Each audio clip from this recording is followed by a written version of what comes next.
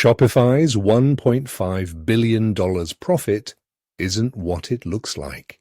In the second quarter of 2026, Shopify reported $1,502 million of net income. That sounds like the commerce platform suddenly became an enormous profit machine. But one line below operating profit changes the interpretation. Shopify recorded a $1,249 million unrealized gain on equity and other investments. That gain alone equaled roughly 83% of reported net income. The correct conclusion is not that Shopify's quarter was fake. The correct conclusion is that two different engines moved the result: a rapidly improving commerce operation and a volatile investment portfolio. Investors need to separate them before deciding what can repeat. Start with the accounting boundary. Shopify generated $3,583 million of revenue and $488 million of income from operations in Q2. Operating income rose 68% from $291 million a year earlier. That is the result of subscriptions, payments, lending, shipping, point-of-sale hardware, partner referrals, and other services after the costs of running them. The $1.25 billion unrealized investment gain sits outside operations. Add interest income, a small realized gain, the Flexport equity method loss, foreign exchange, and taxes, and the bridge ends at $1.502 billion of net income. So, the headline profit is real under GAAP, but it is not a clean measure of recurring commerce earnings. Shopify owns equity and other investments. Public holdings disclosed at quarter end included Affirm, Global E, and Klaviyo, alongside private company investments and convertible notes. Accounting rules require many of those positions to be remeasured. When their fair values rise, Shopify records an unrealized gain even if it did not sell the asset or receive that gain in cash. The reverse is equally important. The same line can become a loss when valuations fall. In fact, over the first 6 months of 2026, Shopify's net unrealized gain was only $185 million because earlier quarter losses offset much of Q2's jump. A single quarter's investment mark is therefore poor evidence for normalized earning power. It is better treated as a volatile asset revaluation separate from the operating trend. Removing the portfolio noise does not make the operating result weak. Merchants processed $115.6 billion of gross merchandise volume in the quarter, up 32%. Shopify converted that activity into $3.583 billion of revenue, up 34%, and $1.708 billion of gross profit, up 31%.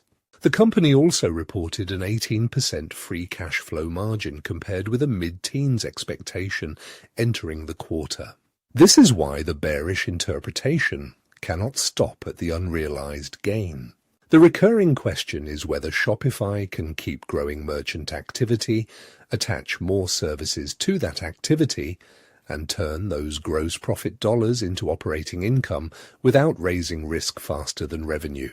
The business model has shifted toward merchant success. Subscription solutions produced $802 million of Q2 revenue, up 22%. Merchant solutions produced $2,781 million, up 37%, and now represent 78% of total revenue. That category includes payment processing and currency conversion, Shopify Capital and other financial products, shipping labels, point-of-sale hardware, partner referrals, and advertising. The mechanism is powerful because Shopify earns more when its merchants sell more and adopt more services. But the mix matters. Subscription solutions had an implied gross margin near 80% in Q2. Merchant solutions were closer to 38%, because payment processing carries third-party costs. Faster merchant solutions growth can lift gross profit dollars while slightly compressing the consolidated gross margin percentage. Shopify Payments shows how the flywheel deepens. Its penetration rate rose from 64% of gross merchandise volume a year ago to 68%. Payment volume processed through Shopify Payments jumped from $56.6 billion to $78.1 billion, a 38% increase. This matters twice. First, payment fees expand merchant solutions revenue as gross merchandise volume grows. Second, the integrated checkout makes the platform more useful and creates data that can support fraud tools, capital products, currency conversion, and faster merchant workflows. The bull case is not a high subscription price imposed on every store. It is a modest share of a much larger flow of commerce, with more services attached over time. That alignment makes merchant success the fuel for Shopify's own growth. The durable bullish evidence is the gap between gross profit growth and operating expense growth. Gross profit increased 31%. Sales and marketing rose 20%. Research and development rose 13%, and general and administrative expense rose 11%.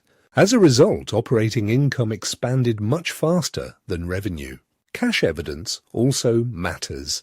Net cash from operating activities reached $658 million, and capital expenditure was only $4 million, leaving roughly $654 million of free cash flow. Shopify can invest heavily in product and distribution without owning warehouses or inventory for each merchant transaction. If revenue continues growing near the current rate while core expenses grow more slowly, operating income can compound even if the investment portfolio contributes nothing. The risk is that attaching more financial services also attaches more cost and credit exposure. Transaction and loan losses rose from $80 million to $141 million, a 76% increase. Shopify says the rise reflected higher loan losses and transaction losses as payment volume grew. Meanwhile, Merchant Solutions' cost of revenue increased 36%, close to that segment's 37% revenue growth. The model can still create operating leverage because payments need less sales and research spending than the subscription business. But investors should not confuse volume with high incremental gross margin. Add the portfolio issue and reported earnings can move sharply for reasons unrelated to merchant health. Shopify also repurchased $1.42 billion of stock during the quarter. That may reward owners, but the return depends on price and on whether operating cash generation, rather than temporary investment gains, supports the capital allocation. Here is the decision rule for the next few quarters. First, ignore portfolio gains when estimating recurring earning power. Start with operating income and free cash flow. Second, track gross merchandise volume together with Shopify Payments penetration. Rising volume without rising attachment would weaken the flywheel. Third, watch gross profit dollars, not only gross margin percentage because the mix shift toward payments mechanically lowers the percentage. Fourth, compare transaction and loan losses with Merchant Solutions revenue and payment volume. Losses can rise in a healthy way as the base expands, but they should not steadily outrun the economics they enable. Finally, test operating leverage.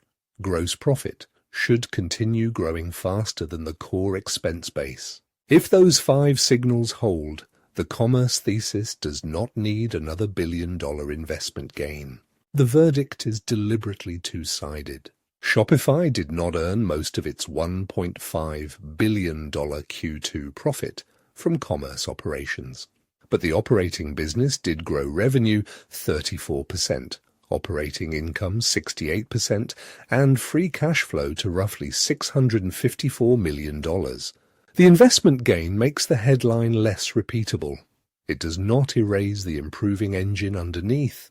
The strongest bull case is payments-led operating leverage. The strongest bear case is that lower margin financial services add credit risk while portfolio marks obscure the trend. Separate those two engines and the quarter becomes much easier to understand. Subscribe for evidence-led company analysis and tell me which operating signal you would watch first. This video is for education and general information, not financial advice.